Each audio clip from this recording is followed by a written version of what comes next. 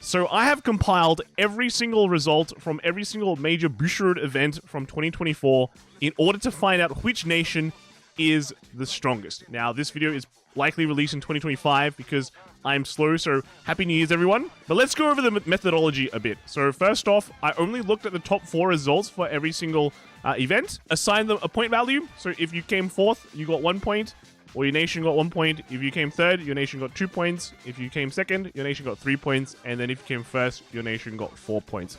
If it was a team event, every single nation in the team will get their respective points. And that's pretty much it. Whoever had the most points wins. Now, I also combined the premium and the standard nations together. So using their respective standard nations. So Megalonica and Zoo would be combined into the Stoicheia nation, but Bermuda Triangle will be its own Lyrical Monasterio one. So that's just something to be careful of.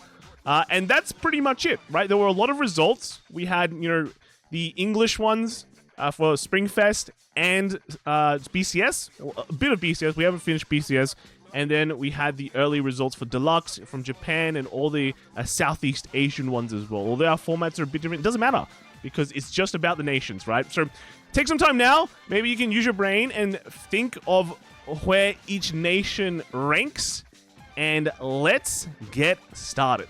So coming in last place, we have the Collab nation. So you probably thought it might have been something like Lyrical Monasterio or something, but no, it's actually the Collabs. Now, this is a bit of a trick one. How I determined the Collab nation was that if they were part of a Collab nation, they would just be here. So things like Token Rambu, Vispo, they have their own kind of nations. I followed VG Paradox's website.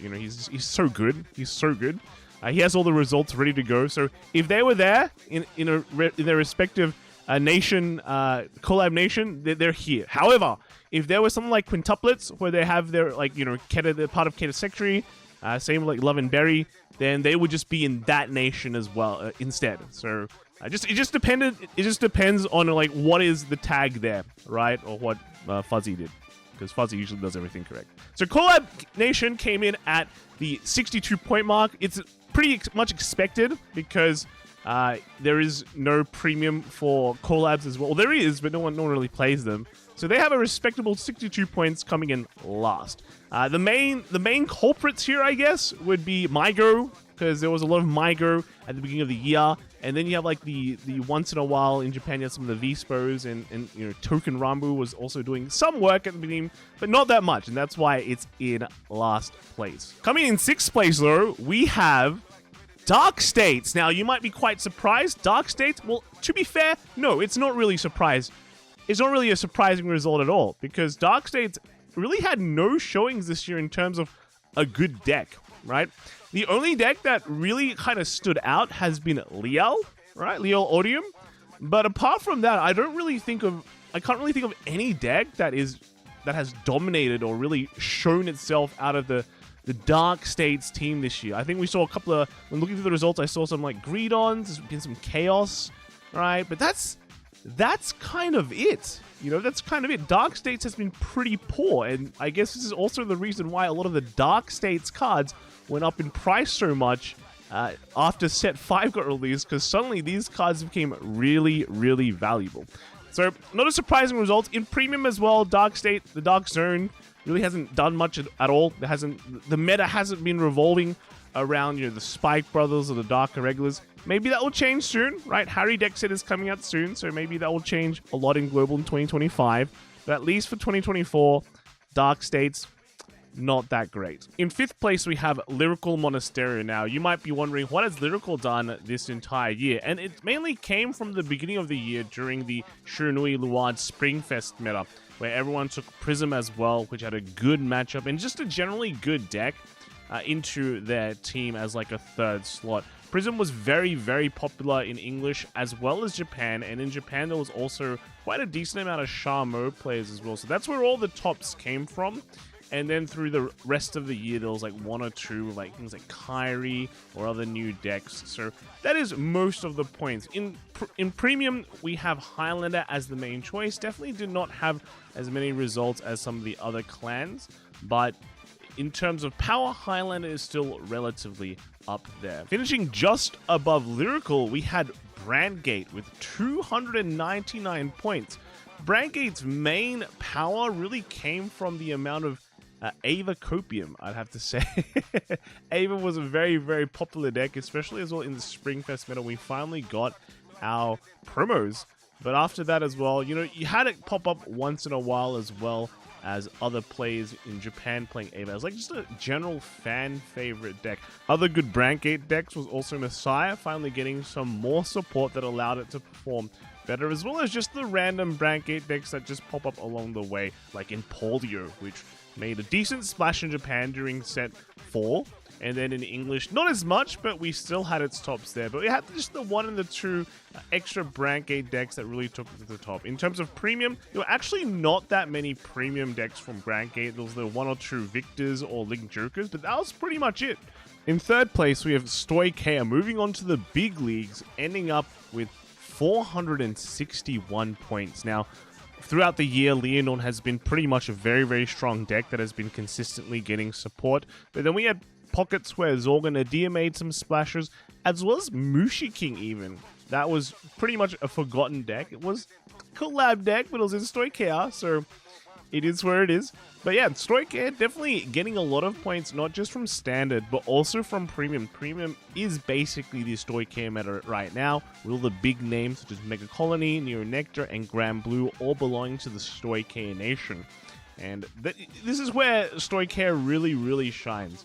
Having just a good amount of decks that are good both in Standard and also in Premium. It really buffed this score up way higher than the bottom 4. And now we're in the final 2. Second place we have is Keter Sanctuary. There was another huge jump here as well with 656 points. This year has been really good for Keter Sanctuary, but basically revolving around 2 big main decks, and that is Luard, that has been relevant throughout the entire year, as well as Raziel, getting a lot of support recently, but at the same time, still very, very good since set 1 of release and getting just a few supports along the way. Other strong decks have been Youthberg as well, and then we see pockets where Luhan, although kind of a deck that a lot of people overlook, has still made the splash. In Japan, there are a lot of diversity decks with Keter Sanctuary as well, so overall, like, things like the collab decks like Love and Berry, Keter Sanctuary approved, right? So a lot of great decks are just from Keter Sanctuary, and it's not really surprising to see that they've had so much power in the Standard metagame. In Premium, on the other hand, a bit less. They generally only have Genesis being the main deal. Recently, a lot of Angel Gize lists have been popping up, but otherwise, in the V Premium side, the Gold Paladins were really, really strong, so there's that as well. But basically, Keter's just had a really, really good year, and I think it will continue to be a really good year as it is one of the big main favorites of Bushiroad. And then finally, in first place, we have Dragon Empire with a whopping 835 points. Dragon Empire has just been dominating this entire year with decks that are relevant throughout the whole time, basically, right?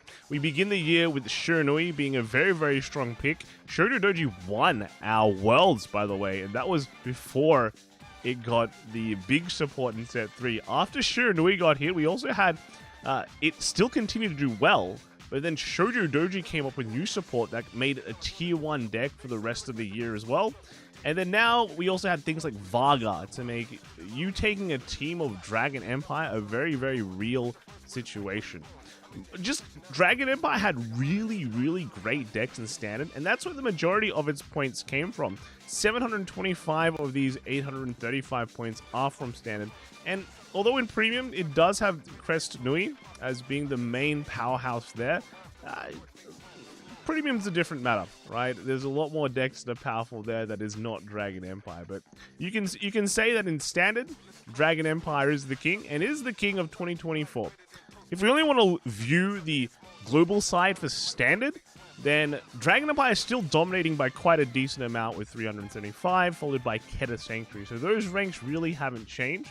But as you can see, a lot of the Stoicheia power does come from the premium side because they have 3 strong decks in premium. So Lyrical actually brings it up over the top, simply because Springfest had so many decks that took Prism as their third choice. In fact, that was pretty much like a 3-deck format where you took the Luard, you took the Shiranui, and you also took the Prism. So those three nations were just had the decks that fit in most of the Springfest teams, and that's where it is right now. And then after that, we have the Stoicheias, like the Leonorns, and now will be the Levidrasses, and then yada yada. And then finally, on the premium side, as we said before, Stoicheia has been absolutely dominating with its top score there, followed by United Sanctuary with a decent buff on the V premium side as well, because we had Tri-Reg in the beginning of the year, and then Dragon Empire. It's pretty much what you'd expect, right? United Sanctuary just has generally very strong decks, as well as the Fenrir, Genesis, Regalia side. Dragon Empire is basically just all the Shiranui, the Crest Nuis that have just been doing the work, and then the rest are just other decks that have been trying hard. So that is all the points and pretty much the summary of 2024. I think it was pretty obvious that Dragon Empire is just doing really, really well last year, and I honestly think it will continue to do pretty good this year too, but we'll see. We'll see. Anyway, that is it for now. Let me know what you all think in the comments below if you guessed correctly, and have a good 2025. See ya.